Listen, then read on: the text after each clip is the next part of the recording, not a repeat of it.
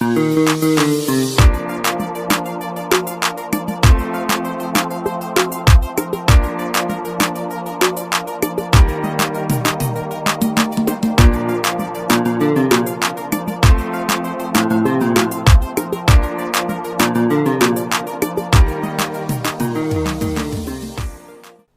amoureux du Seigneur, bonjour.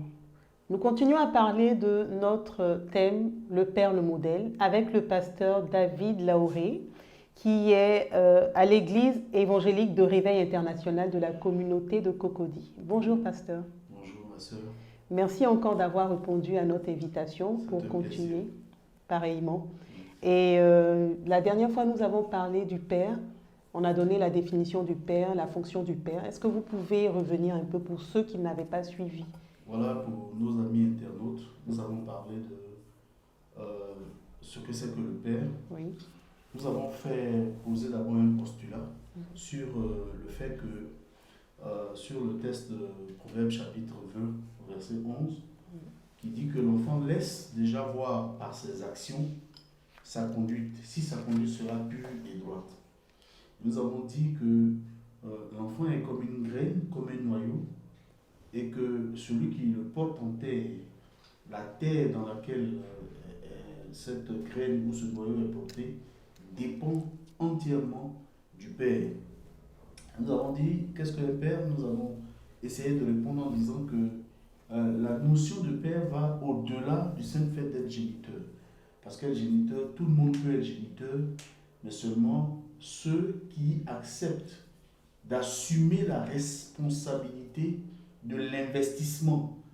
Parce qu'il ne s'agit pas de juste un investissement financier, c'est un investissement de toute une vie, un investissement d'énergie, un investissement de temps, un investissement d'émotion, un investissement de ressources. C'est celui qui accepte cet investissement spirituel aussi qui peut prétendre à la paternité. Nous avons dit que la responsabilité que Dieu confiait au Père, c'était de reproduire le royaume de Dieu dans leur foyer.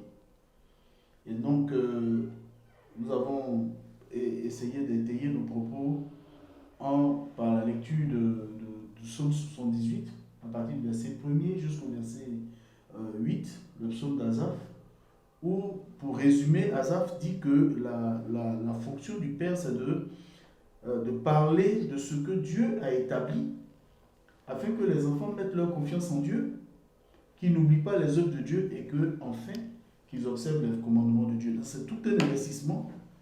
Et ce qu'il faut retenir, c'est que tout le monde n'est pas père. On peut être géniteur sans l'être. Oui. On peut être père sans être géniteur forcément. Mais c'est une responsabilité, c'est une fonction d'investissement. D'investissement de soi et de vie. D'accord. Donc de modèle. De modèle, Voilà. d'accord. Donc, pour résumer, on n'appellera pas un père celui qui a fait un enfant. Être un père, c'est une responsabilité, c'est une fonction qu'il faut assumer, qu'on choisit d'assumer. Voilà, donc je pense qu'on peut résumer en ces mots. Merci. Merci, pasteur. Alors aujourd'hui, on va continuer. D'accord. Et je vais vous demander directement, qu'est-ce qui peut engendrer l'absence d'un père? Waouh! Il y a tellement de raisons. La première, et pour moi qui est la plus importante, c'est l'ignorance. L'ignorance. L'ignorance, parce que nous sommes ignorants de ce que c'est qu'un père réellement. La plupart des hommes, n'ayant pas été préparés, la première émission, nous avons dit que après le sondage, nous nous sommes rendus compte qu'il y a beaucoup de pères qui n'ont pas envie de ressembler Oui, 9,5 à leur papa. Et ils sont en train de répéter cette situation. Les premiers ont ignoré ce que c'était. Notre génération ignore. Et si nous n'amenons pas la génération d'aujourd'hui à prendre conscience de ce que c'est qu'un père, la génération suivante va répéter la même chose. Donc il y a l'ignorance. Il y a le fait que beaucoup sont focalisés sur le fait de bâtir leur carrière. D'accord. Hier, il m'arrive, enfin dans mon métier de pasteur, je rencontre beaucoup de personnes. Hier, j'étais avec un homme d'affaires qui, somme toute, a réussi, je veux dire, dans le monde des affaires. Et hier, quand je suis arrivé, il n'allait pas bien. Et donc, on devait prier pour lui. Donc, et j'ai abordé la question de quelle est la pièce la plus importante de votre maison? C'est une question que le Seigneur m'a posée, que je lui ai répétée. À la fin de notre discussion, c'est tout ce que je gagne même, c'est pourquoi. C'est ce qu'on appelle dans notre jargon, entre nos pères, la maladie de la destination. Je suis arrivé où je voulais aller, mais à quel prix? À quel prix, d'accord. Qu'est-ce que j'ai laissé en route? Et donc, ce que nous sommes en train de dire, c'est que ce déficit de paternité, il y a l'ignorance, oui. Il y a aussi le fait que les gens sont en train de bâtir leur carrière, mais il y a tout simplement aussi le fait que les gens fuient le fait de devoir déployer de l'énergie pour être à la hauteur. D'accord. Et beaucoup de pères ont remplacé ça par ce que j'appelle le guichet automatique. Le père, c'est le pourvoyeur. Mais il n'y a pas que ça. C'est-à-dire que l'enfant vient à la porte de la chambre, il tape son coude, quand il frappe, papa, oui, c'est quoi? J'ai besoin de temps, j'ai besoin de temps, j'ai besoin de temps. On sort l'argent, on lui remet. Certains ont la chance même de le poser, mais c'est pourquoi? L'enfant explique. Et comme le guichet automatique ne se pose pas de questions de qu'est-ce que tu vas en faire. Lui, il est juste là pour distribuer les billets. Pourvoyeur. Il est juste le pourvoyeur. Mais on remet l'argent et on se limite à croire que c'est là notre fonction de pourvoyeur. Et donc, l'une des raisons de cette absence est que on raisonne en pensant que nous sommes juste, comment on appelle, ces pourvoyeurs-là. Oui. Nous définissons aussi comme ce déficit de paternité comme le fait que, en dehors même de l'ignorance, il y a le mauvais exercice de cette fonction de père, qui fait quand même que nous sommes absents. On peut être à la maison, mais on est émotionnellement déconnecté de nos enfants. Quand des pères assistent par exemple à leurs enfants qui sont enfermés dans leur chambre toute la journée, l'enfant est dans sa chambre, papa est là, il est bien à la maison, mais il n'a pas de contrôle sur ce qui se passe dans la chambre de leurs enfants. C'est à peine s'il entre dans la chambre de l'enfant. Certaines chambres d'enfants sont devenues comme des antres. C'est-à-dire, il est dans son antre, c'est le maître absolu de sa chambre. Personne n'y entre, on n'y a pas accès. Mais le problème, c'est que l'enfant soit enfermé, tout seul, en train de jouer bien, connecté avec ces nouveaux objets qui nous entourent. Oui. Il y a des gens qui leur parlent. C'est ça. Il y a des gens qui leur parlent. Il y a des gens qui sont leurs modèles. Il y a des gens qui sont leurs référents. Or, la fonction du père, c'est d'être la référence de son fils. Donc, tous ces éléments, toutes ces choses font que nous sommes absents, même si nous sommes présents. Et je crois que la plus grave de ces choses, c'est que, sans le vouloir, inlassablement, nous dupliquons les modèles de nos pères que nous refusons. Certains ont été enfants ou issus de familles de polygames. Oui. Papa a sa résidence et les mamans ont chacune leur résidence. Parfois même quand on entend la voix de papa, c'est une interpellation, la maman crie de loin, ah, votre papa arrive. Chaque enfant rentre dans la cachette de sa maman. Et parce que papa, il faut le laisser là où il est. C'est l'autorité. Voilà, on va parler d'autorité tout à l'heure. C'est lui l'autorité, en fait c'est Dieu le Père. C'est Dieu le Père. D'accord. Mais qu'est-ce que Dieu le Père? C'est pas de ce Père-là que Dieu veut. C'est pas cet exemple de Père, de gourou qui fait peur, qui effraie les enfants.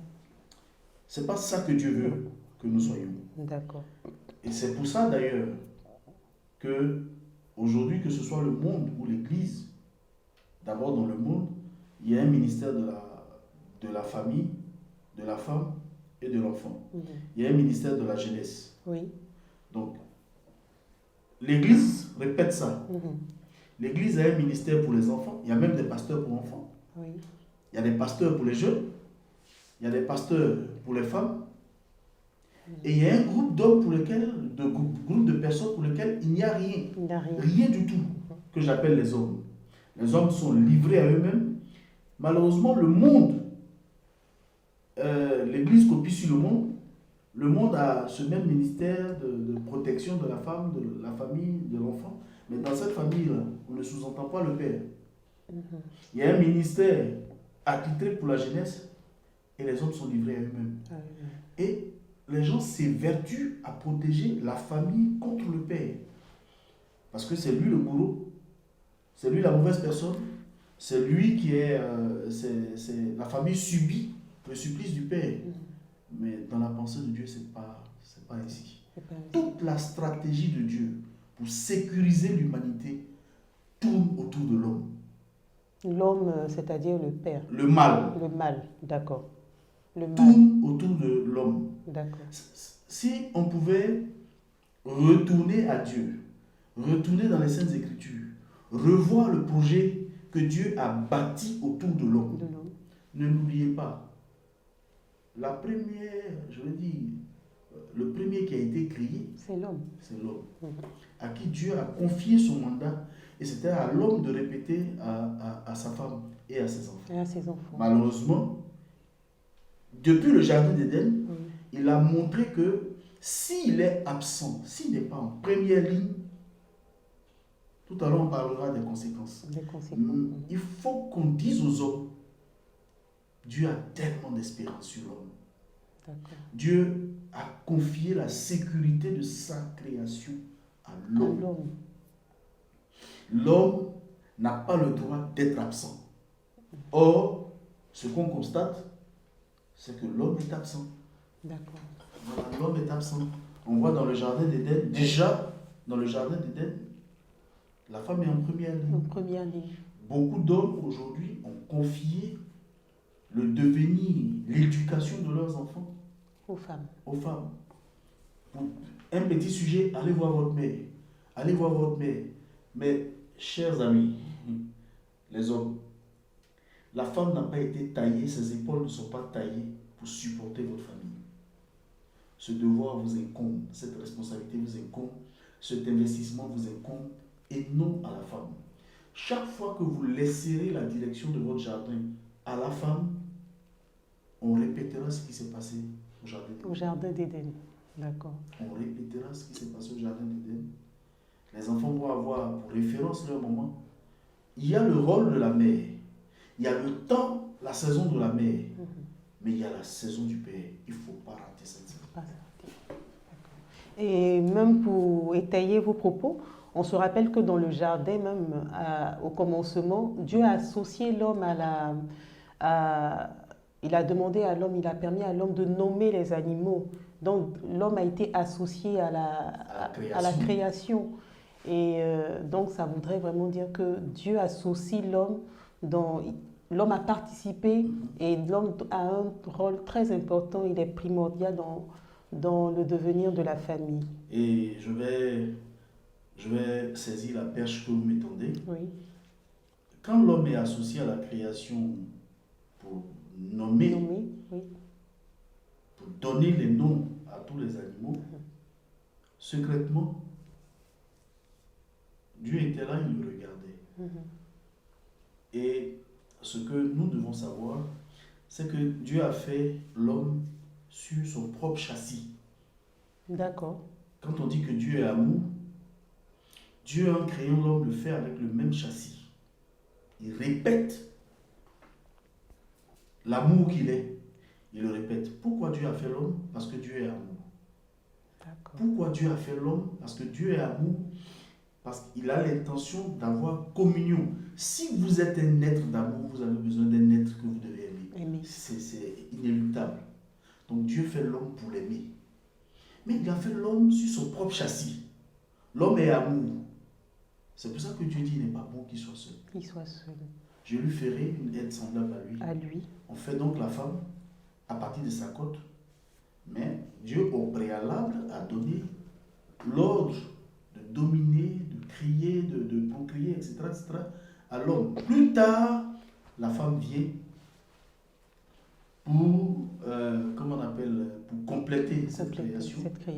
Malheureusement, l'homme laisse le guidon ou le volant de la création à la femme. À la femme. Et c'est elle qui engage le débat avec le diable. Oui. Je dis aux hommes, ne laissez pas le cas. Elles ne sont pas taillées pour ça. Elles ne sont pas taillées pour ça. Sinon, vous serez contraints d'assumer des choses pour lesquelles vous ne vous seriez pas préparé. Si vous confiez l'éducation de vos enfants à votre femme, ou je veux dire, d'assumer le rôle qui n'est pas le sien, inéluctablement vous en payerez les conséquences. Très bien. Merci, pasteur. Alors, on comprend que l'homme a une responsabilité dès le commencement. Et il me vient en même temps une question. On voit souvent des hommes qui démissionnent de leur fonction. Est-ce que c'est depuis le commencement? Qu'est-ce qui pourrait expliquer cela? Qu'est-ce qui pourrait expliquer la démission des hommes? Il y a beaucoup de raisons. Nous les avons énumérées, nous avons tenté d'énumérer ces raisons. Oui. Il y a l'ignorance, nous avons parlé l'ignorance, tout à l'heure. oui. Il y a l'égoïsme. L'égoïsme, d'accord. C'est-à-dire que je veux me construire. D'accord. Or, ce que les hommes ignorent, vous ne serez pas sans les vôtres. Vous ne serez pas ce que vous voulez être sans les autres. Sans les autres. Et ça, j'ai un message pour mes collègues pasteurs. Quand nous lisons les Saintes Écritures, la fonction d'ancien et de pasteur est subordonnée non pas à nos diplômes, non pas à nos acquis, mais à la façon dont nous prenons soin de notre maison.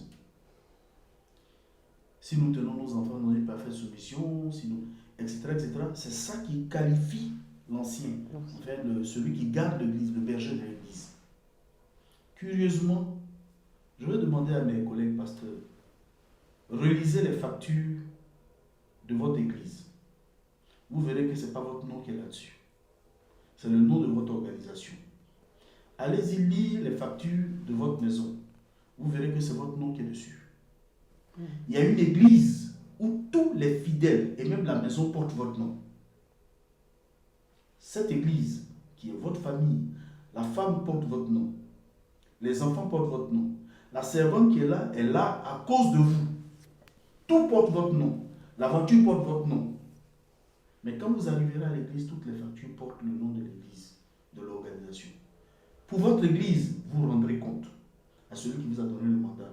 Mais pour votre famille, vous serez jugé. C'est différent. Vous serez jugé à partir de quelle norme? De la norme que vous constituez vous. À l'église, on va vous demander de rendre compte à partir des tâches qu'on vous a confiées. Dans votre famille, c'est vous la norme. Vous serez jugé à partir de la norme que vous constituez. Donc, je dis à votre question, qu'est-ce qui explique cette démission? Les gens ignorent, ils sont égoïstes, ils se consacrent à leurs tâches, spécialement les pasteurs. Au nom de son ministère, ils perdent tout. Au nom de son ministère, on confie tout aux femmes. Au nom de son ministère, on est constamment parti. Mais qui s'occupe de l'église qui est chez vous à la maison? Le livre d'Éphésiens dit ceci, et je voudrais le répéter à tous les pères, que l'œuvre du ministère, les uns ont été donnés comme apôtres, prophètes, Éphésiens chapitre 4, verset 11, les uns ont été donnés comme apôtres, prophètes, évangélistes, docteurs, pour l'édification des saints en vue de l'œuvre du ministère, jusqu'à ce que, pour l'édification du corps de Christ. Corps de Christ. On est engagé en dehors de nos familles pour construire l'église qui ne porte pas notre nom. Et personne ne s'occupe de l'église dont tous les membres portent notre nom. Et on voit les enfants des pasteurs dont la vie est gâchée parce que le visage paternel a été absent. Les enfants. Mais cette église-là, qui l'a construite? Père, cher Père, homme, mâle, vous êtes les apôtres, les prophètes, les docteurs, les évangélistes, les pasteurs de votre maison. Le corps de Christ qui est chez vous doit être préparé, édifié pour constituer en vue de l'œuvre du ministère. Votre maison est appelée aussi à servir Dieu.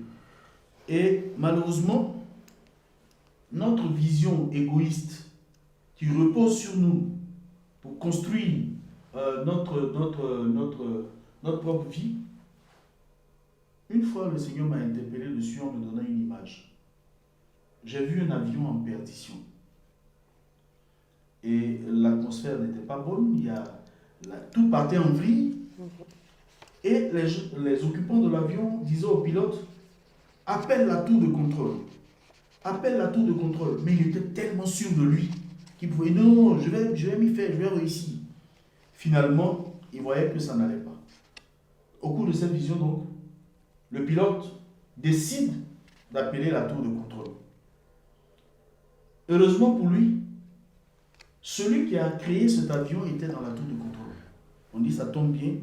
Il dit la marque de l'avion, on dit, bon, ben ça tombe bien, le créateur de l'avion là, est là. Il va vous prendre. Et puis, il le prend et il lui dit, la première question qu'il lui pose, comment vous êtes arrivé là, dans le cockpit? Il dit, je ne sais pas. Il dit, ok. Mais, si vous m'écoutez, vous allez poser votre avion malgré le temps. Si vous m'écoutez, vous faites exactement ce que je vous dis, vous pourrez poser votre avion sans encombre. Et on assiste le créateur de l'avion, l'inventeur de cet appareil, donc, commence à donner des instructions. Et le pilote suit et il arrive à poser son avion. Et ce jour-là, le Seigneur me dit, l'avion, c'est votre famille. Les pilotes, c'est vous les chefs de famille. Le temps qui est mauvais, c'est le monde dans lequel vous êtes. L'inventeur de cet avion, c'est moi. À moins que vous m'écoutiez, vous ne pourrez pas poser cet avion. Donc, nous dépendons de lui. Les pères démissionnent parce qu'ils sont égoïstes, parce qu'ils ne savent pas.